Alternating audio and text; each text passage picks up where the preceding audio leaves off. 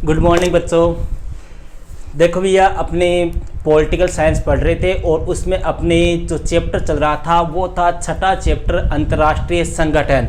अर्थात अपने इस चैप्टर में बात कर रहे थे एक अंतर्राष्ट्रीय संगठन संयुक्त राष्ट्र संघ यानी कि यूएनओ। इसकी भैया अपने फर्स्ट क्लास हो चुकी है, उसमें अपने चर्चा की थी यूएनओ की अंतर्राष्ट्रीय संगठन की हमें आवश्यकता क्यों है। इसके मैंने आपको 6 से 7 पॉइंट आपको बताए थे। फिर चर्चा की थी अपने यूएनओ की संयुक्त राष्ट्र की स्थापना कब हुई, वहां से लेकर अपने यूएनओ के अंग कितने हैं यहाँ तक अपने चर्चा कर चुके हैं। अगर किसी स्टूडेंट ने वो क्लास नहीं देखी तो वो प्लेलिस्ट में जाके देख सकते हैं। आज अपने चर्चा करेंगे भैया आगे। आज की क्लास में देखो अपने 4 टॉपिक पढ़ेंगे। पहला टॉपिक रहेगा अपने संयुक्त राष्ट्र संघ की शाखाएं और एजेंसियां। सेकंड टॉपिक रहेगा संयुक्त राष्ट्र संघ की स्थापना का उद्देश्य। थर्ड टॉपिक रहेगा शीत युद्ध के बाद संयुक्त राष्ट्र संघ में सुधार। और चौथा टॉपिक रहेगा 1991 के बाद विश्व राजनीति में आए बदलाव अर्थात यूएनओ के संदर्भ में।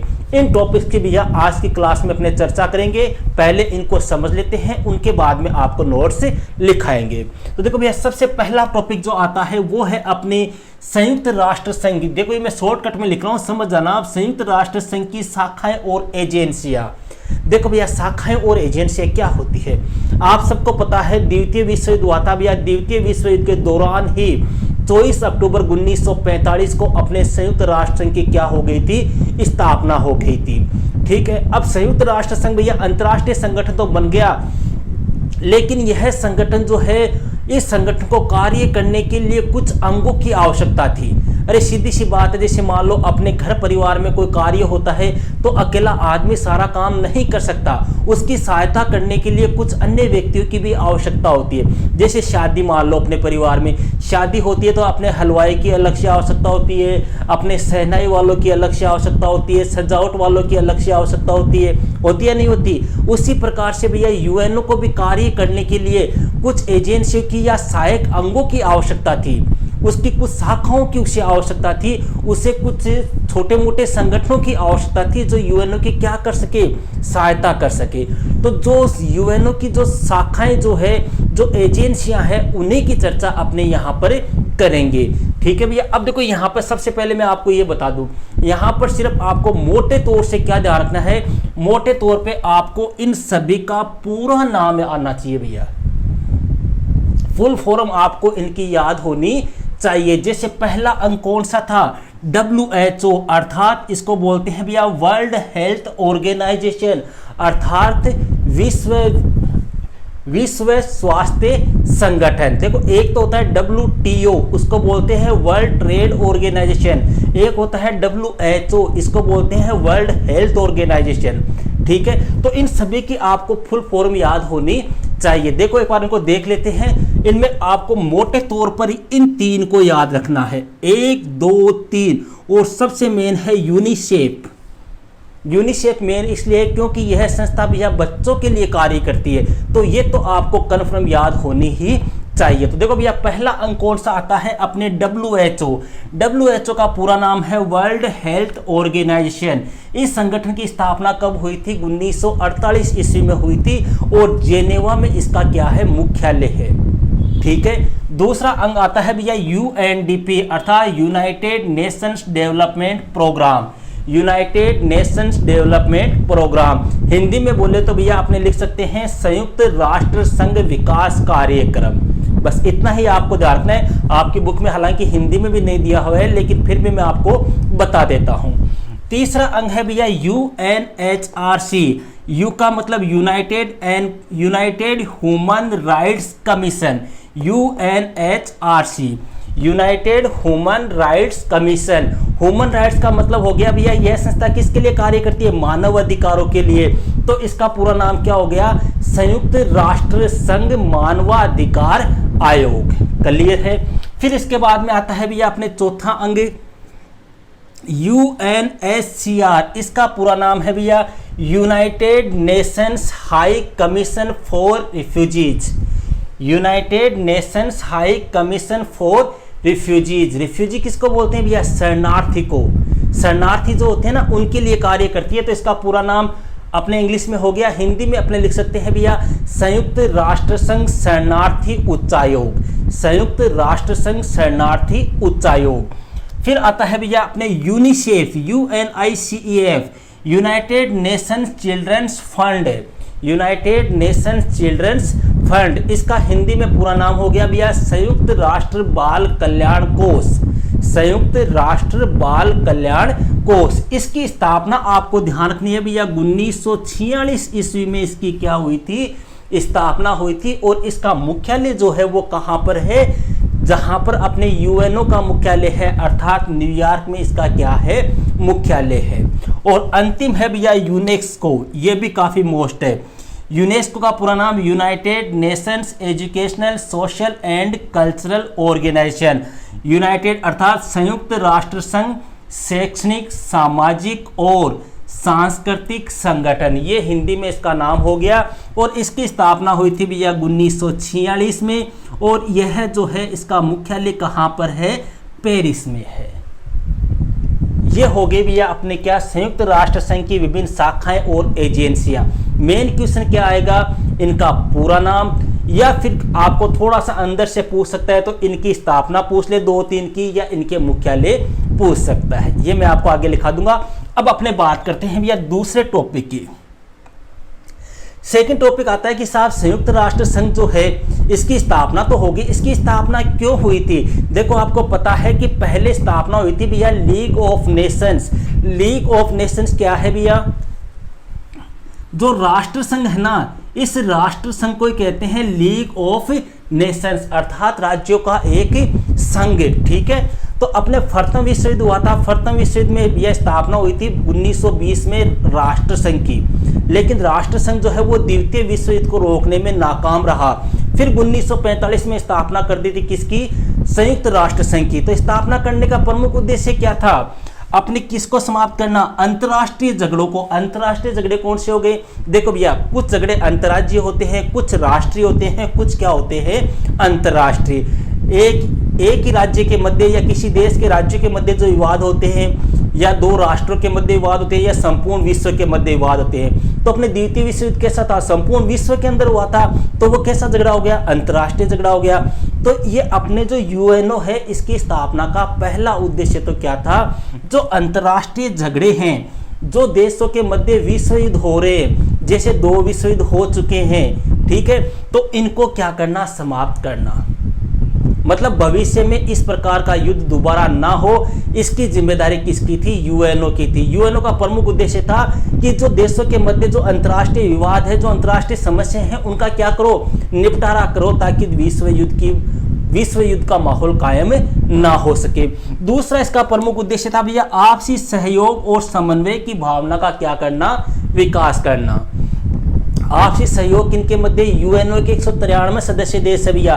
तो यूएनओ की ये जिम्मेदारी बनती है कि इन सभी 193 सदस्यों के मध्य क्या हो, आपस में सहयोग की भावना हो, आपस में समन्वय की भावना हो, सभी मिलजुल कर कार्य करें। कोई समस्या आ जाए तो सभी उसका सामूहिक रूप से क्या करे, मुकाबला करे। जैसे वर्तमान समय की बात करें भैया, कोरोना एक महामारी, तो इस महामारी के समय यूएनओ के सभी सदस्य देश मिलकर क्या करें, इसका मुकाबला ही तो कर रहे हैं। जैसे भारत की बात कर ले, भारत भैया अपने पड़ोसी देश है, अमेरिका है, अपने रूस है, अपने पाकिस्तान तक को भी अपने भारत ने क्या दिए, वैक्सीन दिए।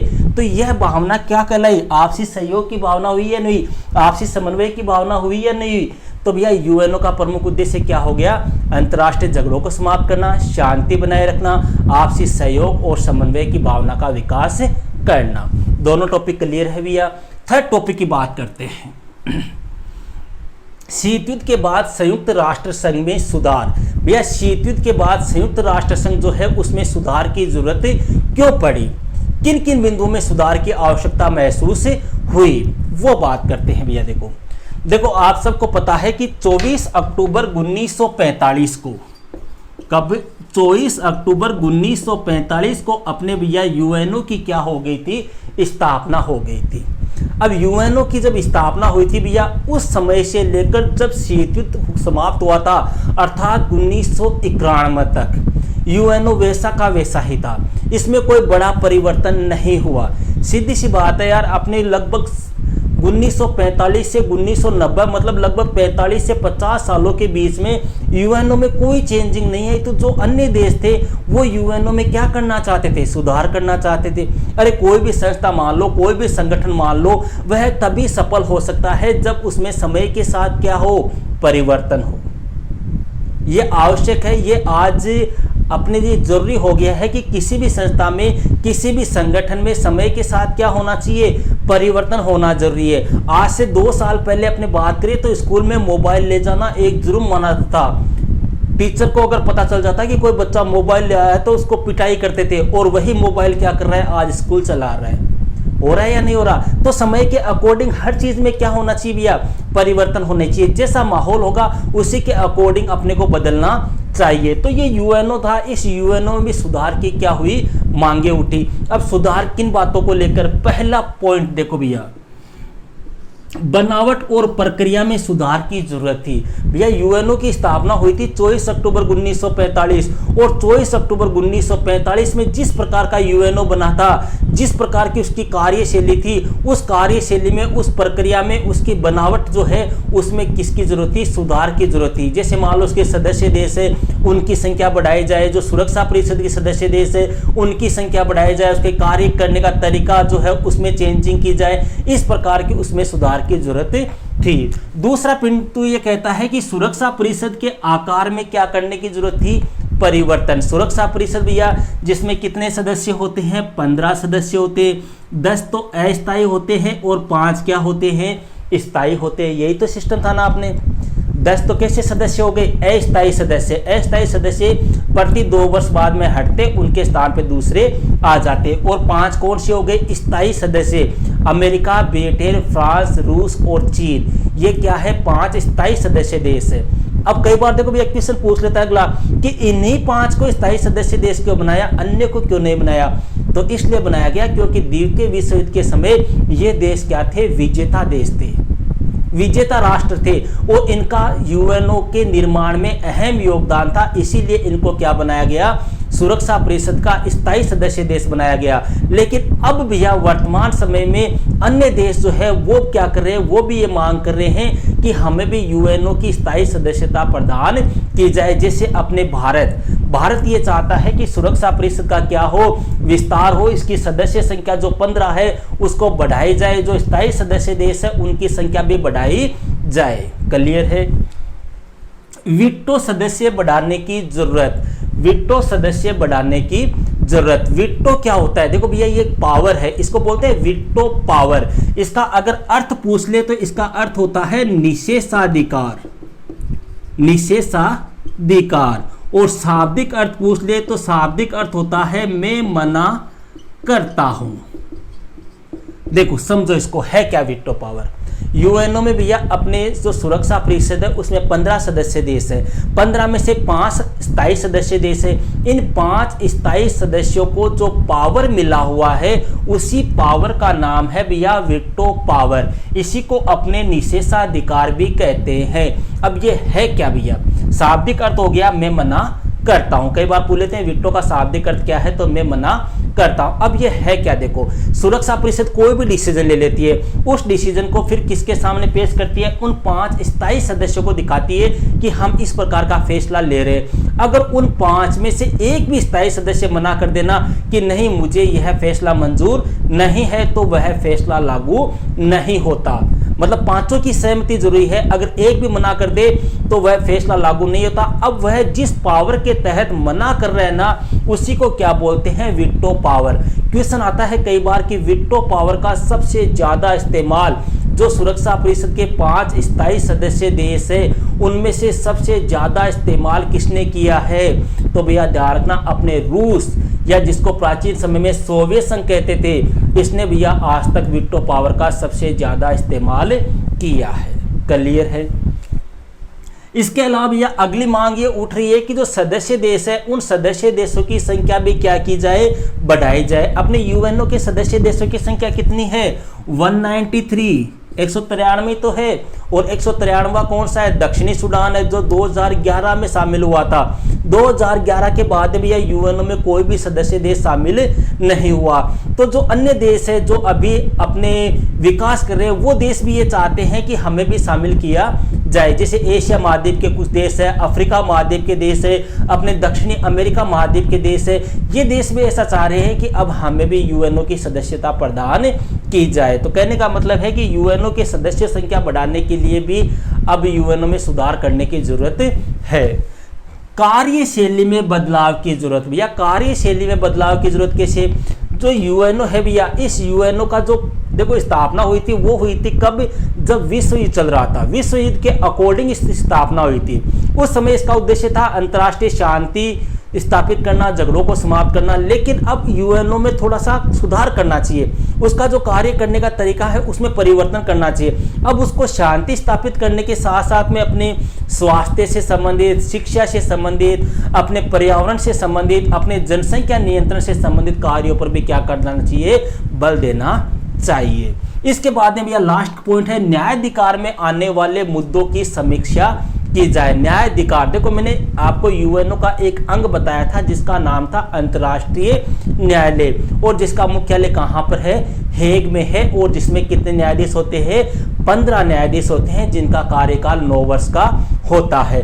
तो अब ये जो यूएनओ के जो न्यायालय है, जो अंतर्राष्ट्रीय न्यायालय है, उस अंतर्राष्ट्रीय न्यायालय को भैया अब झगड़ों के अलावा जो शांति और सुरक्षा से संबंधित जो मिशन वगैरह है, उनके ऊपर भी क्या करना चाहिए?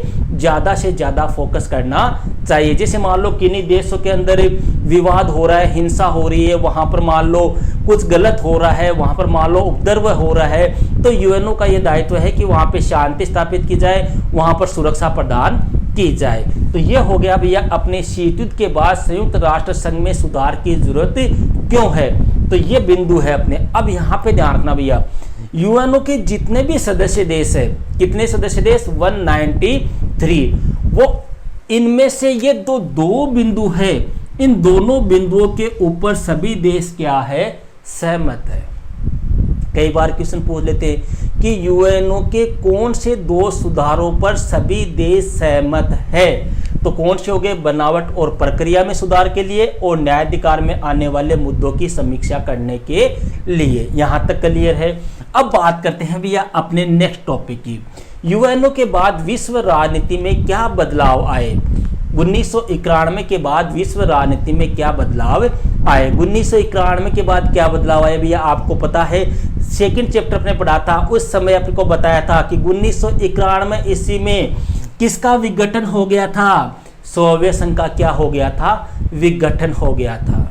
देखो द्वितीय विश्व युद्ध अर्थात 1945 के बाद भैया अमेरिका और सोवियत संघ इनके मध्य शीत युद्ध प्रारंभ हो गया था, और 1991 ईस्वी में सोवियत संघ का विघटन हो गया। विघटन होने के साथ में ही शीत युद्ध की क्या हो गई? समाप्ति हो गई। तो पहला परिवर्तन तो क्या आया? सोवियत संघ का क्या हो गया? विघटन हो गया। ये आपको समझाया हुआ है।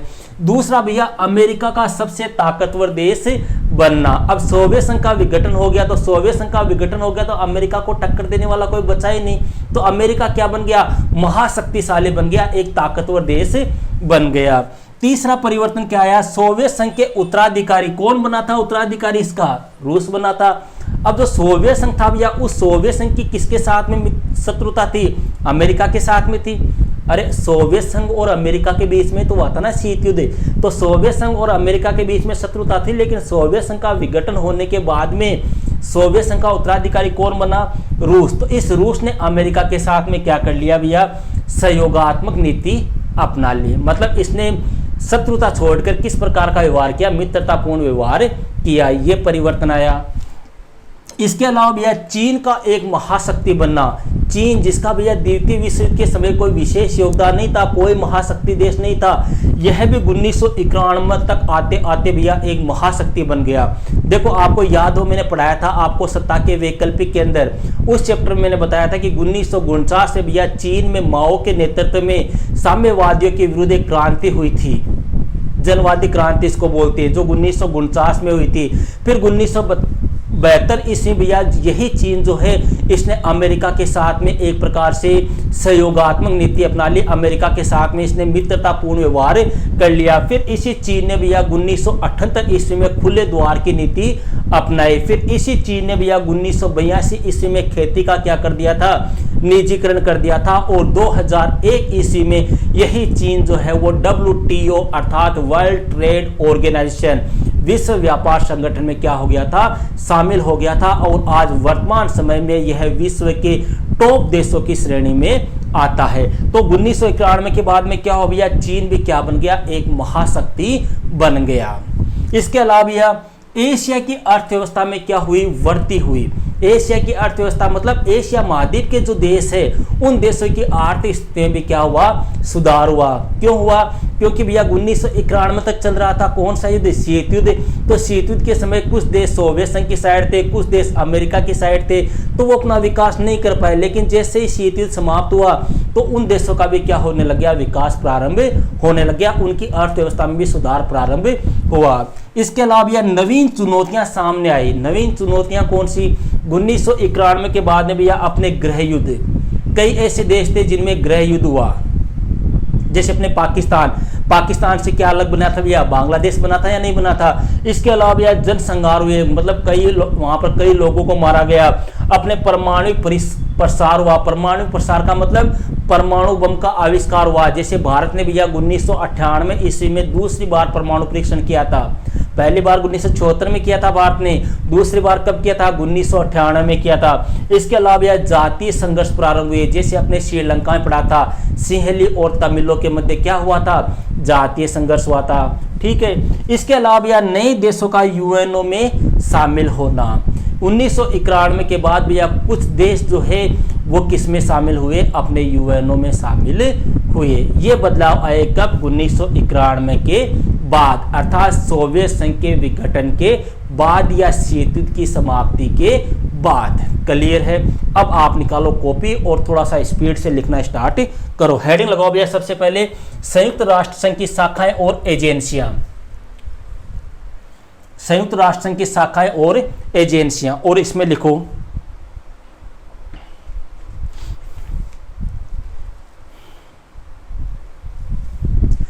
भैया संयुक्त राष्ट्र संघ की सहायता करने के लिए जो प्रमुख शाखाएं और एजेंसियां हैं वो इस प्रकार है। नंबर 1 लगा के लिखो भैया WHO। इसके आगे इसका पूरा नाम लिख लो, वर्ल्ड हेल्थ ऑर्गेनाइजेशन। हिंदी में लिख लो फिर विश्व स्वास्थ्य संगठन, और फिर आगे डेश करके लिखो भैया इसकी स्थापना 1948 में हुई। इसका मुख्यालय जो है वो जेनेवा में है। इसका मुख्यालय कहाँ है, जेनेवा में है। बस इतना ही आपको याद रखना है और ज़्यादा याद नहीं रखना है। क्लियर है। नंबर 2 लगाओ भैया फिर, नंबर 2 लगाओ। नंबर 2 लगा के लिखो UNDP, और इसका पूरा नाम लिखो भैया यूनाइटेड नेशन डेवलपमेंट प्रोग्राम। बस इतना ही आपको याद रखना है।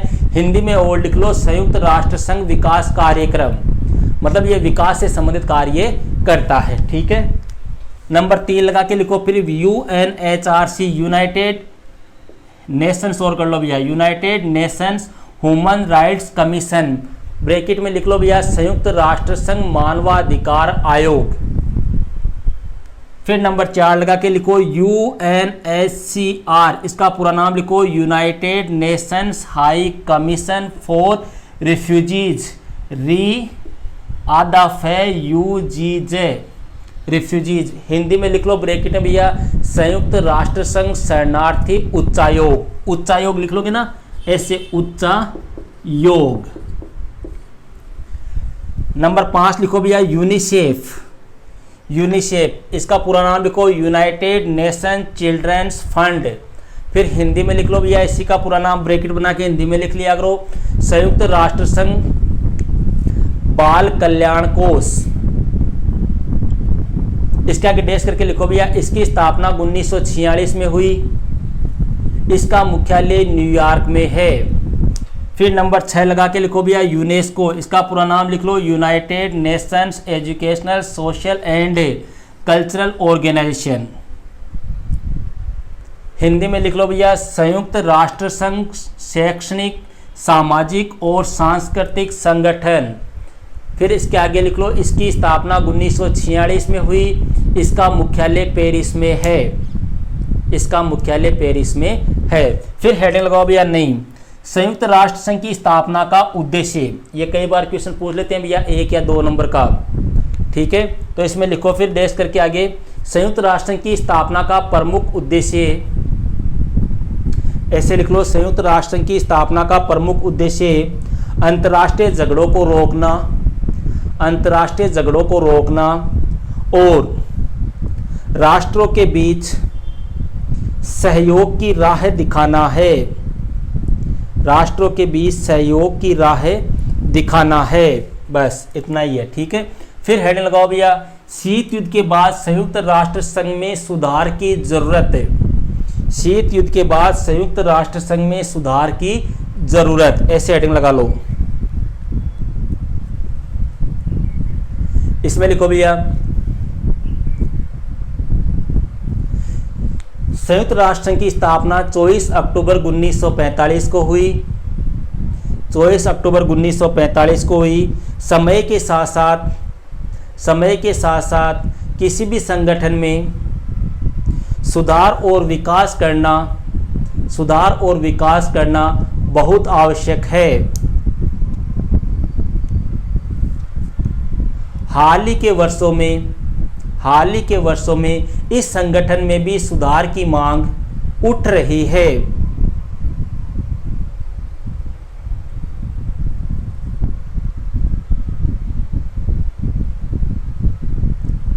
यूएनओ में वर्तमान समय में निम्न सुधारों की आवश्यकता है। फिर नंबर 1 लगा के लिखो,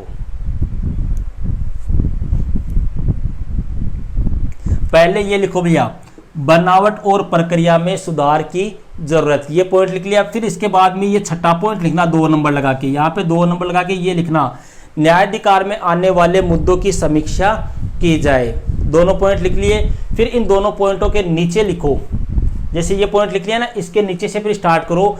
उपरोक्त दोनों सुधारों के लिए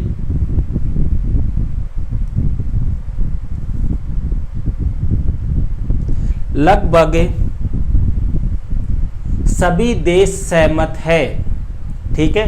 फिर बाकी के ये लिख लो, दूसरा, तीसरा, चौथा, 5वां, ठीक है, ये लिख लो, बस पॉइंट लिख लो, और कोई विशेष नहीं है।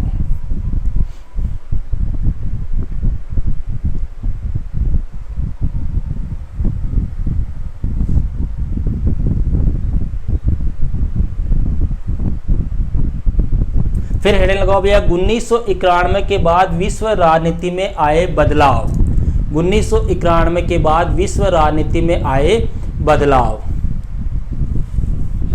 इसमें लिखो भैया संयुक्त राष्ट्र संघ की स्थापना द्वितीय विश्व युद्ध के बाद 24 अक्टूबर 1945 को हुई, लेकिन 1945 में ही अमेरिका और सोवियत संघ के मध्य शीत युद्ध प्रारंभ हो गया, जिसकी समाप्ति 1991 में हुई, 1991 के बाद विश्व राजनीति में आए प्रमुख बदलाव इस प्रकार है। ये 7 पॉइंट उतार दो ऐसे कैसे, बस। अब आज आपको जितना पढ़ाया है उतना मैंने आपको लिखा दिया है, ओके भैया। इसमें अगर किसी स्टूडेंट के कोई प्रॉब्लम हो तो आप कमेंट बॉक्स या अपने टेलीग्राम के ऊपर मैसेज करके मुझे बता सकते हो। और एक चीज़ और बताऊं भैया, देखो कोई भी वीडियो आता है, मैंने आज तक आपको नहीं कहा, लेकिन एक छोटी सी बात करता हूं। देखो अपने साइंस में होता है ना, क्रिया के विपरीत क्या होती है, प्रतिक्रिया होती है। अब मैं आपको जैसे पढ़ा रहा हूँ, मान लो सपोज करो आपको वीडियो डाल दिया, अब आपको वीडियो कैसा लगा, अगर आपको अच्छा लगता है तो आप थैंक यू सर, बहुत अच्छा सर, कुछ भी मतलब कोई कमेंट किया करो। अगर आपको मान लो जरूरी नहीं आपको अच्छा लगे तो कमेंट करो। अगर आपको खराब लग रहा है, आपको ये लग रहा है कि यार सर ने अच्छा नहीं पढ़ाया, तो आप ऐसे लिख दो कि सर में अच्छा नहीं लगा, लेकिन आप एक कमेंट किया करो ताकि मुझे भी ये एहसास हो कि जो मैं करा रहा हूँ उसको आप बच्चों को फ़ायदा हो रहा है या नहीं हो रहा है। तो ये थोड़ा सा आपको ध्यान रखा करो। अगर आपको वीडियो अच्छा लगे तो उसको लाइक कमेंट जरूर से कर दिया करो। कमेंट जरूर से करना है, चाहे अच्छा लगो या बुरा लगो। ओके भैया, दैट्स ऑल।